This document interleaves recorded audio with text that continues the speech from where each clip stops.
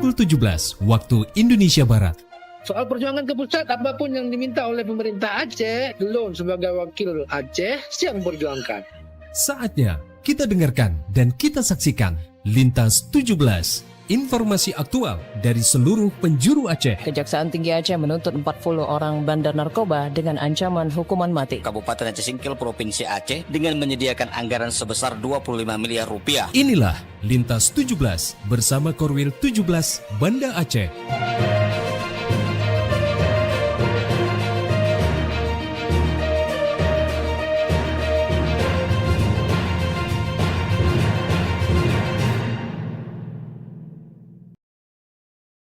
Assalamualaikum warahmatullahi wabarakatuh. Dari Jalan Sultan Iskandar Muda nomor 13 Banda Aceh. Saya Arso bersama presenter dari RRI Sekorwil Nusantara 17 Banda Aceh, Loksmawe, Melabuh, Takengon, Sabang, dan Singkil mengantarkan Lintas 17. Siaran berita berjaringan menyajikan informasi aktual yang terjadi di berbagai penjuru Aceh. Edisi hari ini, Rabu 29 April 2026.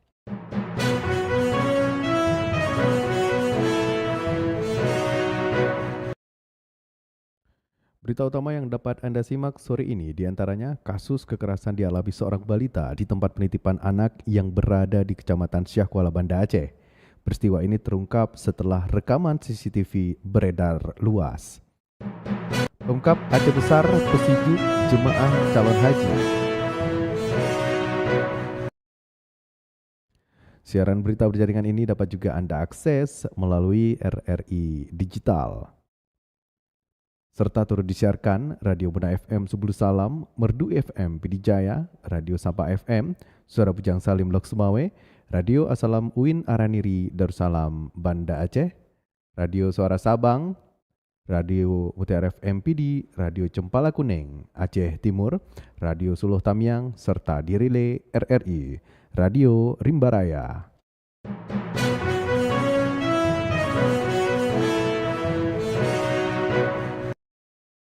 Baiklah, saudara, berita pertama kami mulai dari Kutaraja, Banda Aceh.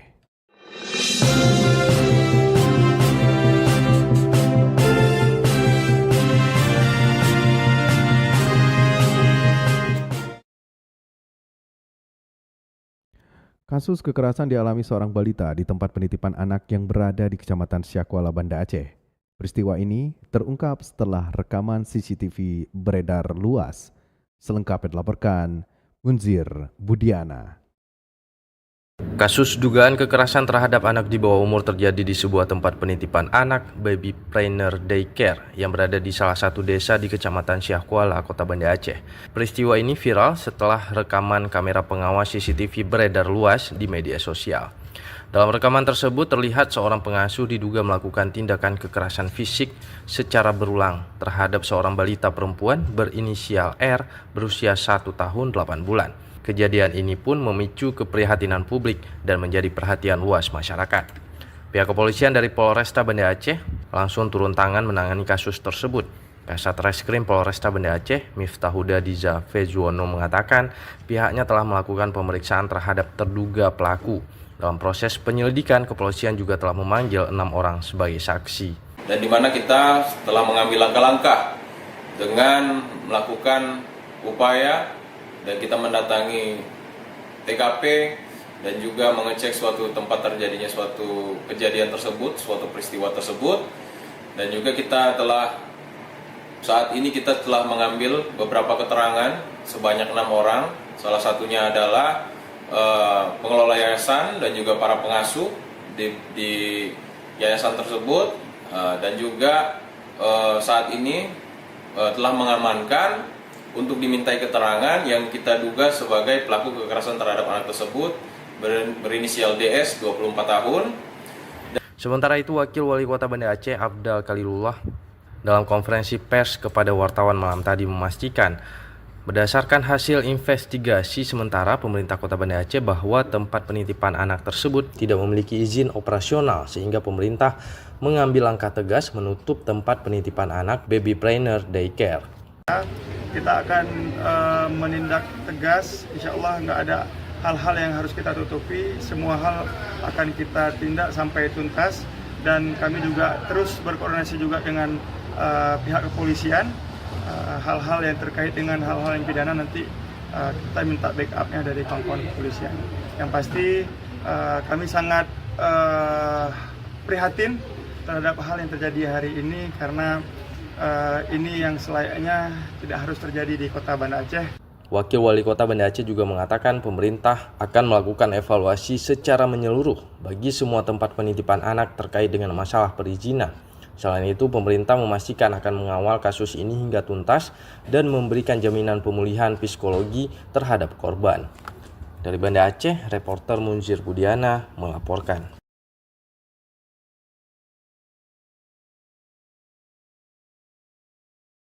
Kasus dugaan penyiksaan anak di sebuah daycare di Kecamatan Syahkuala, Kota Banda Aceh viral di media sosial, memicu respon cepat pemerintah kota yang menegaskan komitmen tanpa toleransi terhadap kekerasan anak. Selengkapnya dilaporkan Cindy Novita. Kasus dugaan kekerasan terhadap anak terjadi di penitipan anak Baby Planner Daycare, Kecamatan Syahkuala, Kota Banda Aceh pada Senin 27 April 2026 dan menjadi perhatian publik setelah rekaman kejadian tersebut beredar luas di media sosial. Dalam video yang viral, terlihat seorang anak menangis saat disuapi makanan oleh pengasuh. Namun, pengasuh yang diduga sebagai pelaku justru memperlakukan korban secara kasar dengan mengangkat tubuh anak, membanting hingga menarik telinga korban hingga terjatuh. Menanggapi kasus tersebut, pemerintah Kota Banda Aceh menegaskan tidak ada toleransi terhadap segala bentuk kekerasan terhadap anak di wilayahnya. Wakil Wali Kota Banda Aceh, Afdal, menyatakan pihaknya akan menindak tegas kasus ini dan memastikan proses hukum berjalan tanpa ada yang ditutupi. Kita akan menindak tegas, insya Allah nggak ada hal-hal yang harus kita tutupi, semua hal akan kita tindak sampai tuntas, dan kami juga terus berkoordinasi juga dengan pihak kepolisian. Hal-hal yang terkait dengan hal-hal yang pidana nanti kita minta backupnya dari kawan-kawan kepolisian.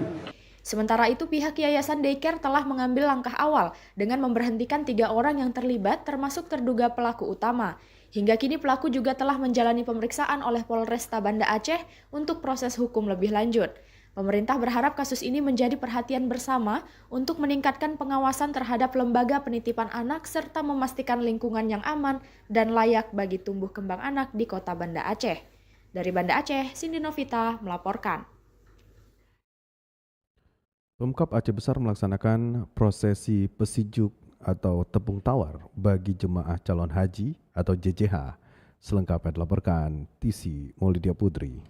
Pemerintah Kabupaten Aceh Besar melaksanakan prosesi pesiju tepung tawar dalam rangkaian kegiatan pelepasan jamaah calon haji JCH di Masjid Bustanul Jannah, Gampung atau Desa Ajun, Kecamatan Pekanbadak, Kabupaten setempat. Prosesi ini dipimpin langsung oleh Ketua MPU Aceh Besar Tengku Nasruddin Muhammad, selanjutnya Abu Mekah dan Imam Masjid Bustanul Jannah, Gampung Ajun, Pekanbadak, Tengku Muhammad Nur. Bupati Aceh Besar Muharram Idris menyampaikan rasa syukur serta ucapan selamat kepada para jamaah yang mendapat kesempatan menunaikan rukun Islam kelima. Ia mengingatkan bahwa ibadah haji bukan hanya perjalanan spiritual, tetapi juga membutuhkan kesiapan fisik yang baik.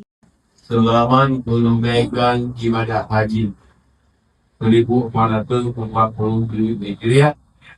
Semoga Allah mudahkan dan semoga Allah memberikan pahala mabrur kepada para jemaah haji sekalian. Amin. Sementara itu, panitia penyelenggara dari Kementerian Agama Kabupaten Aceh Besar, Nanang Syaifuddin, menyampaikan bahwa total keseluruhan JCH Aceh Besar mencapai 561 orang, terdiri dari 535 jamaah dan 15 petugas haji. Adapun jadwal masuk asrama dan keberangkatan jamaah terbagi dalam 2 gelombang. Kloter perdana masuk dalam gelombang pertama, sementara kloter 2 hingga 14 tergabung dalam gelombang kedua. Kloter pertama akan masuk asrama pada 5 Mei 2026 dan secara bertahap kloter berikutnya mengikuti jadwal yang telah ditetapkan. Dari Banda Aceh, TC Maulidia Putri melaporkan. Dari Kutaraja Banda Aceh, lintas 17 menuju Samudra Pasai, Aceh Utara.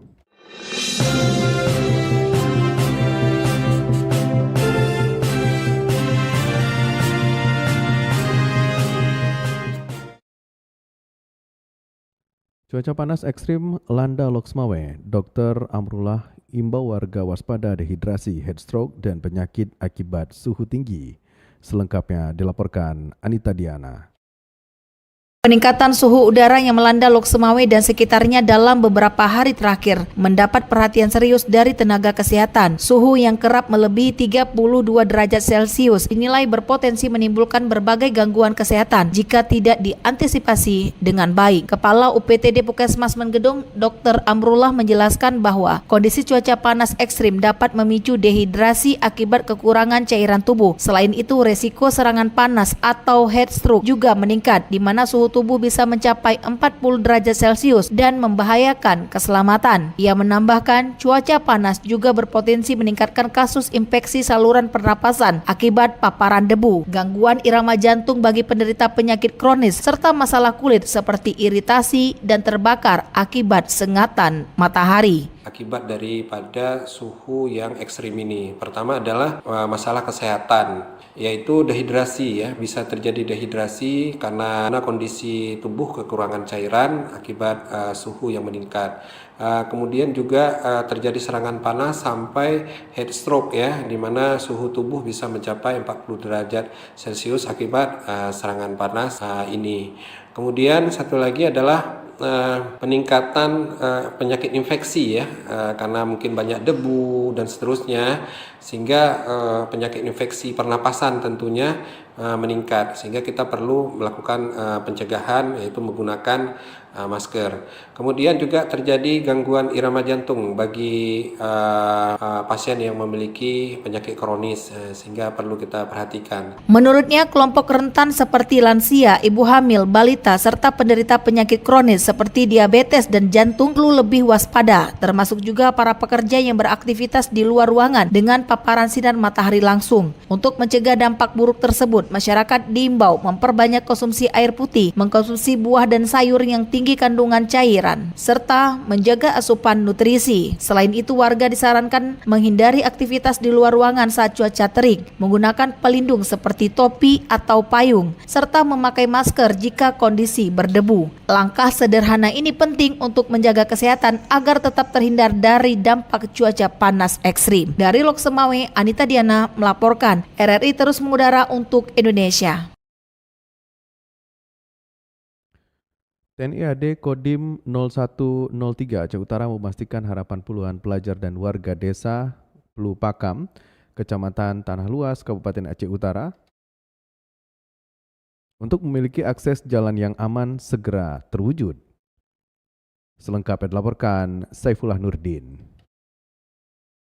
Puluhan pelajar dari jenjang TK hingga SMA di Desa Pelupakam, Kecamatan Tanah Luas, Kabupaten Aceh Utara yang mempertaruhkan nyawa demi menuju gerbang ilmu pengetahuan segera terbebas dari ancaman maut saat berangkat sekolah. Pemandangan pelajar menyeberang sungai atau Kurung Keruto selebar 100 meter menggunakan perahu piber tanpa mesin yang ditarik secara manual bertaruh nyawa akan segera berakhir karena TNI Angkatan Darat melalui Kodim 0103 Aceh Utara hadir membawa kabar baik. Sebuah jembatan perintis akan segera dibangun. Dengan ada jembatan itu, aktivitas ekonomi dan pendidikan di pedalaman Aceh Utara tidak lagi terhambat oleh derasnya arus sungai. Komandan Kodim 0103 Aceh Utara Letkol Jamal Dani Arifi memastikan pembangunan jembatan perintis yang menghubungkan Dusun Biram ke Dusun Panti Kero akan segera direalisasikan. Pembangunan jembatan gantung perintis yang memiliki panjang 170 meter dengan lebar 1,2 meter sudah masuk dalam perencanaan akan dikerjakan pada April ini dengan target selesai dalam 2 bulan ke depan. Terkait dengan tiadaannya jembatan Kecamatan Tanah Luas saat ini itu sudah menjadi perhatian kami. 170 meter dari tiang ke tiang. Jadi sebenarnya pada saat berita itu muncul itu sudah masuk dalam pendataan kami dan itu anggaran sudah kita ajukan dan akan kita bangun jembatan perintis. Mudah-mudahan jembatan tersebut bisa segera terrealisasi, bisa segera selesai ya. Target kami itu paling tidak maksimal 2 bulan ke depan. Menurutnya, dengan kehadiran jembatan tersebut nantinya akan menjadi urat nadi penghubung strategis antara Kecamatan Tanah Luas dan Kecamatan Payabakung. Sedangkan kebutuhan anggaran diperkirakan mencapai 700 juta rupiah meski angka tersebut masih bersifat sementara. Program ini adalah bagian dari inisiatif strategis TNI Angkatan Darat untuk membuka akses wilayah terpencil dan memprioritaskan keselamatan warga. Demikian, Saifullah Nurdin melaporkan. Dari Samudra Pasai, Aceh Utara, kita menuju Melabo.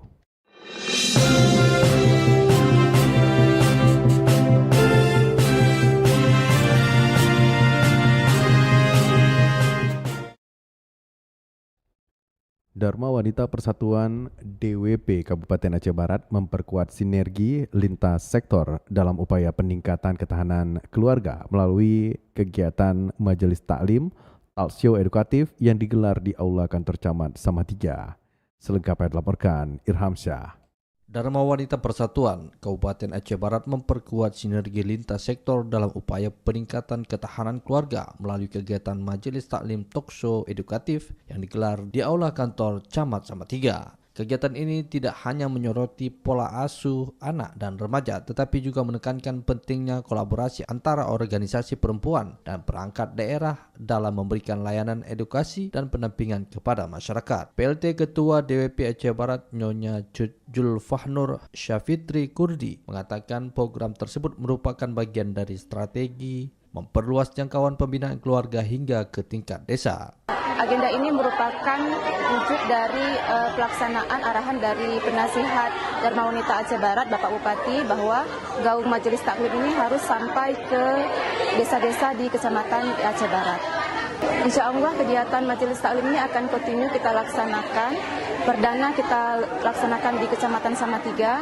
Nanti sampai bulan Oktober, insya Allah akan bergilir ke kecamatan-kecamatan di 12 kecamatan di Aceh Barat. Sementara itu, Kepala DP3 AKB Aceh Barat, Mulyani, menegaskan pentingnya integrasi program antara DWP dan pemerintah daerah, khususnya dalam menangani isu perlindungan anak dan penguatan keluarga. Menurutnya, keberadaan layanan Pusat Pembelajaran Keluarga atau Puspaga menjadi salah satu bentuk dukungan konkret pemerintah dalam memberikan akses konseling kepada masyarakat. Kami sekarang di bawah PPA tentu kita ada juga Puspaga. Program ini yang memang sudah cukup lama kita lakukan di dinas, tapi sementara ini mungkin pihak masyarakat masih banyak yang belum mengetahui. Mungkin tadi Ibu melalui kegiatan pada hari ini juga sudah memberikan informasi kepada masyarakat. Ketika ada hal-hal sebelum untuk beranjak ke kasus, pra-kasus ini ada hal-hal yang memang perlu kita tangani, bisa melalui Puspaga, Pusat Pembelajaran Keluarga.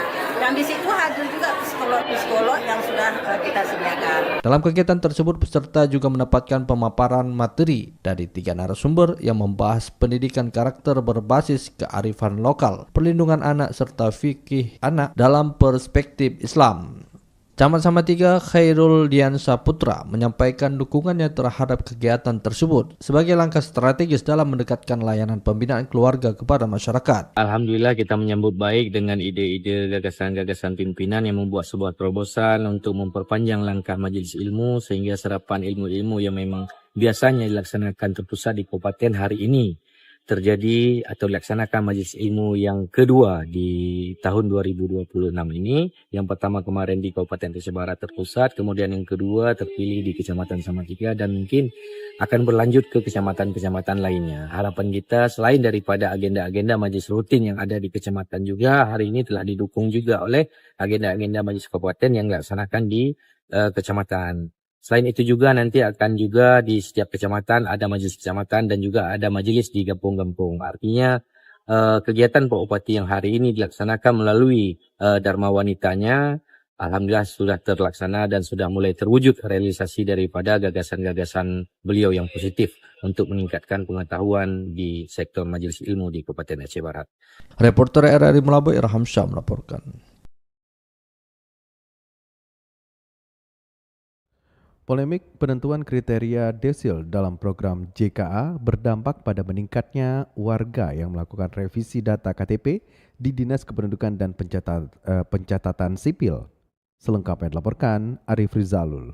Sejak adanya dimulai kebijakan batasan angka desil dalam program Jaminan Kesehatan Aceh atau JKA kembali menimbulkan keresahan di masyarakat di Kabupaten Aceh Barat. Hal ini juga banyaknya masyarakat mendatangi kantor Dinas Kependudukan dan Pencatatan Sipil Dukcapil Kabupaten Aceh Barat. Sejumlah warga khawatir tidak lagi dapat mengakses layanan berobat gratis di rumah sakit akibat perubahan status desil. Salah satu warga Desa Senubuk, Kecamatan Juan Pahlawan, Kabupaten Aceh Barat, Darmiana, mengatakan setelah mengetahui dirinya masuk dalam kategori desil 6 berdasarkan aplikasi pengecekan. Ia pun takut kehilangan hak atas layanan kesihatan gratis sehingga mendatangi kantor Disdukcapil Kabupaten Aceh Barat. 6,70 hanya bantuan oleh BPJS.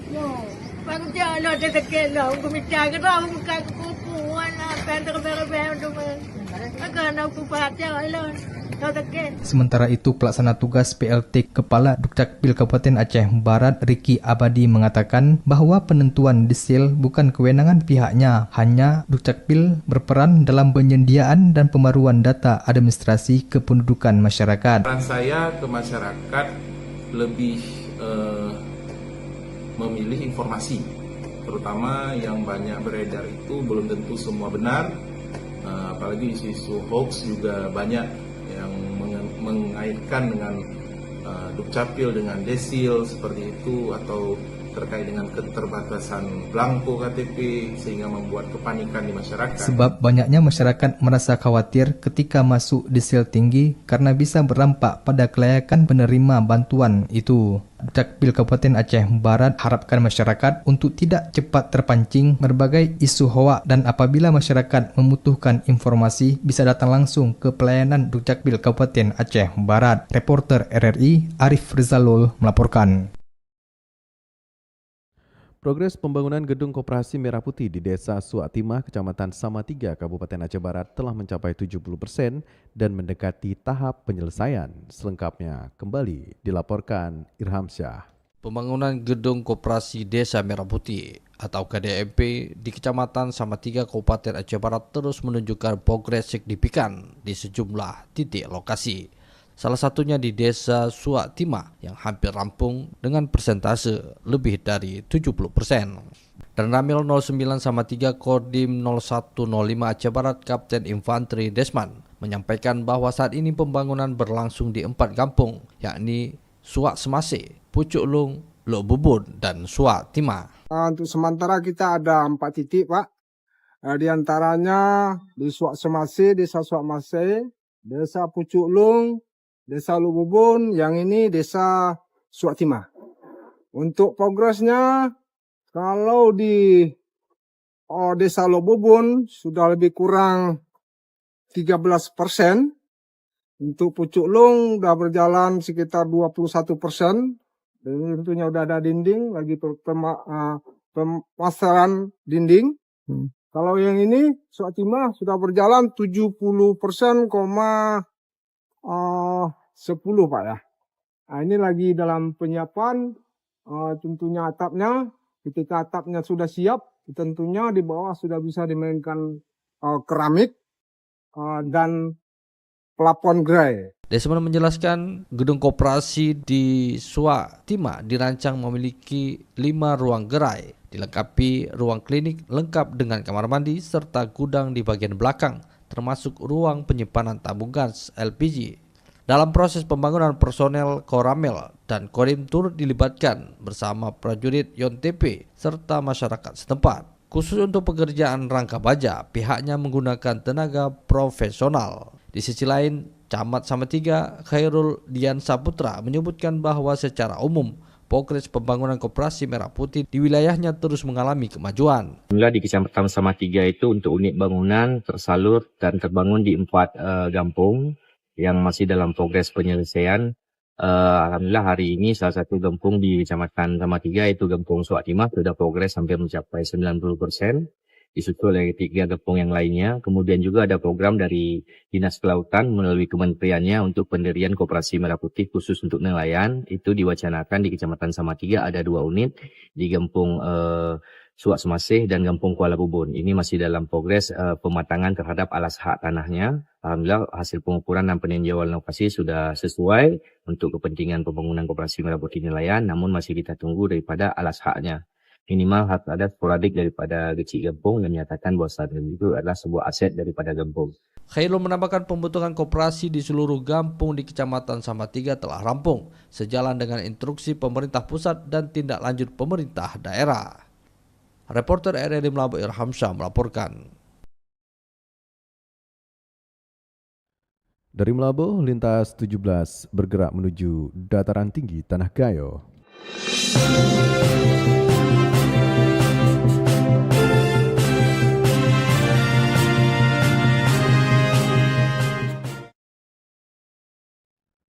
Sebanyak 7 warganya berhasil dievakuasi saat bencana hidrometeorologi lalu. Konsulat Jenderal Jepang untuk Indonesia melakukan kunjungan dan ucapkan terima kasih kepada Polres Aceh Tengah.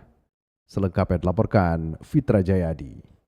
Kapolres Aceh Tengah AKBP Muhammad Taufik menerima kunjungan dari delegasi Konsulat Jenderal Jepang untuk Indonesia di ruang kerjanya. Pertemuan tersebut menjadi momentum menyampaikan apresiasi dari pihak Jepang atas respon cepat Polres Aceh Tengah dalam mengevakuasi warga negara Jepang saat bencana banjir dan tanah longsor pada November tahun lalu. Delegasi yang dipimpin Furugori Toru itu disambut langsung oleh Kapolres bersama jajaran pejabat utama. Sejumlah warga negara Jepang yang sebelumnya dievakuasi turut hadir dalam pertemuan ini. Kapolres menegaskan bahwa perlindungan terhadap seluruh masyarakat, termasuk warga negara asing, merupakan bagian dari tugas utama kepolisian sebagai pelindung, pengayom, dan pelayan masyarakat. Kami dari Polres Aceh Tengah menerima kunjungan dari Konsulat Jenderal Jepang.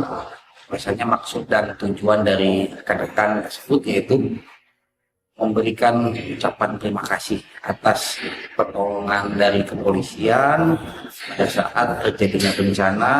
Kebetulan ada warga negara Jepang yang kami evakuasi sebanyak 8 orang. Dalam kesempatan itu, Furugori menyampaikan terima kasih atas tindakan sigap aparat kepolisian sehingga proses evakuasi sampai pemulangan melalui jalur udara dari Bandara Rembele menuju Bandara Kuala Namu berjalan lancar. Selain itu, delegasi Jepang juga menyatakan komitmennya untuk ikut mempromosikan potensi pariwisata di Aceh Tengah kepada masyarakat Jepang karena dinilai memiliki daya tarik besar bagi wisatawan mancanegara. Fitra Jayadi, RRI Takengon, melaporkan. Dinas Registrasi Kependudukan Aceh (DRKA) melanjutkan fasilitasi layanan administrasi kependudukan atau Adminduk bagi korban bencana hidrometeorologi di Kecamatan Permata, Kabupaten Bener Meriah. Selengkapnya dilaporkan Bambang Saputra.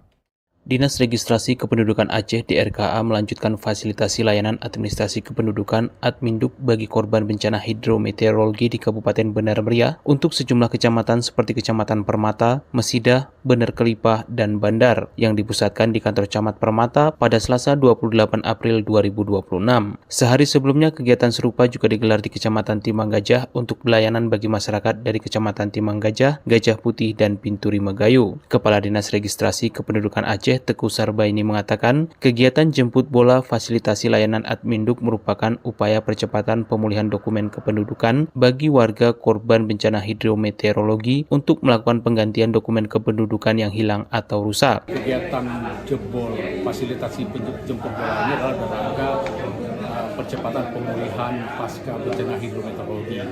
Jadi masyarakat yang terdampak, yang warga kehilangan dokumen kependudukan, maka kita fasilitasi untuk mengganti dokumennya. Dan juga tidak terbatas kepada semua warga yang membutuhkan dokumen Adminduk, apakah itu KK, akte, capil, maupun berbagai dokumen lainnya. DRKA khusus dengan bekerja sama dengan Dinas Kependudukan dan Catatan Sipil Bener Meriah melakukan layanan tersebut agar akses masyarakat bisa semakin dekat dan agar semua masyarakat bisa mendapatkan semua dokumen kebutuhan yang dibutuhkan oleh mereka. Selain itu, program ini juga untuk mengejar cakupan kepemilikan dokumen kependudukan, terutama bagi remaja yang telah memasuki usia 17 tahun dan belum memiliki KTP elektronik, juga dapat melakukan perekaman pada kegiatan tersebut. Begitupun program ini juga dapat dimanfaatkan semua warga yang membutuhkan dokumen kependudukan. Artinya memang tidak hanya pada saat hari ini kita melakukan perekaman, tapi kita berharap nantinya masyarakat juga secara proaktif mendatangi kantor Dukcapil di Bener Meriah untuk bisa mendapatkan semua dokumen kependudukan yang dibutuhkan. Walaupun sekarang mungkin belum dibutuhkan, kita berharap nantinya masyarakat bisa lebih sadar agar semua kelengkapan dokumen kependudukan bisa dimiliki walaupun kebutuhannya belum dibutuhkan sekarang. Kepala Dinas Registrasi Kependudukan Aceh Sarbaini menambahkan, secara data jumlah rekam KTP elektronik di Kabupaten Bener Meriah mencapai 98,12%. Masih terdapat sekitar 1.200 penduduk Bener Meriah yang belum melakukan perekaman. Oleh karena itu, diharapkan dengan kehadiran DRKA di Bener Meriah dapat meningkatkan cakupan kepemilikan dokumen kependudukan, terutama KTP agar dapat mencapai 99% pada akhir tahun 2026 ini. Bambang Syahputra, RRI Takengon, melaporkan. Anda sedang mendengarkan Lintas 17 dari Korwil 17 Banda Aceh.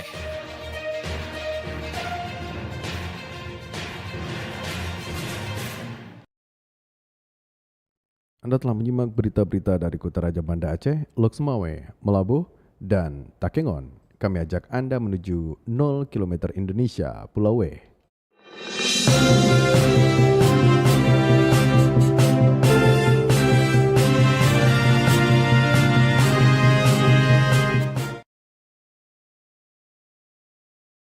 Satuan Polisi Pamong Praja dan Wilayatul Hizbah Kota Sabang terus meningkatkan pengawasan serta penertiban pedagang. Selengkapnya dilaporkan Razi Arda.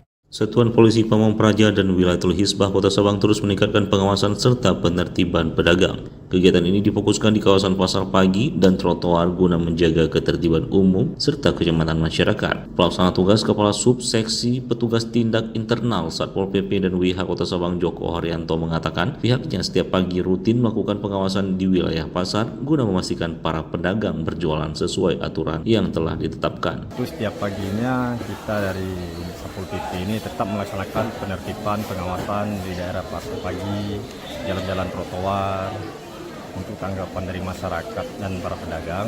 Ini sangat baik, sangat membantu daripada pedagang yang di atas ini. Tambahnya, para pedagang yang telah menempati area atas pasar meminta agar tidak ada lagi pedagang yang berjualan di badan jalan maupun trotoar sehingga seluruh pedagang berada di tempat yang sama. Hal itu dinilai mampu menumbuhkan nilai kesetaraan di kalangan pedagang. Joko menegaskan petugas juga sempat menertibkan sejumlah pedagang yang masih berjualan di bawah dan trotoar dengan pendekatan persuasif. Meski masih ada sebagian pedagang yang membandel, pihaknya tetap mengedepankan cara humanis dengan memberikan teguran secara baik-baik agar pedagang bersedia pindah ke lokasi yang telah disediakan. Sudah kita tertibkan tadi kan, kita suruh naikkan semua, memang ada 1-2 orang juga yang membandal kan. Sementara itu salah seorang pedagang Nazar menyampaikan apresiasi terhadap kehadiran rutin Satpol PP di kawasan pasar. Sangat bagus karena bisa menjaga keamanan di sini Pak ya. Gitu. Menurutnya, pengawasan tersebut sangat membantu menjaga keamanan dan menciptakan kondisi pasar yang lebih tertib serta stabil bagi para pedagang dan pengunjung. Dari Sabang, Razi Arda melaporkan.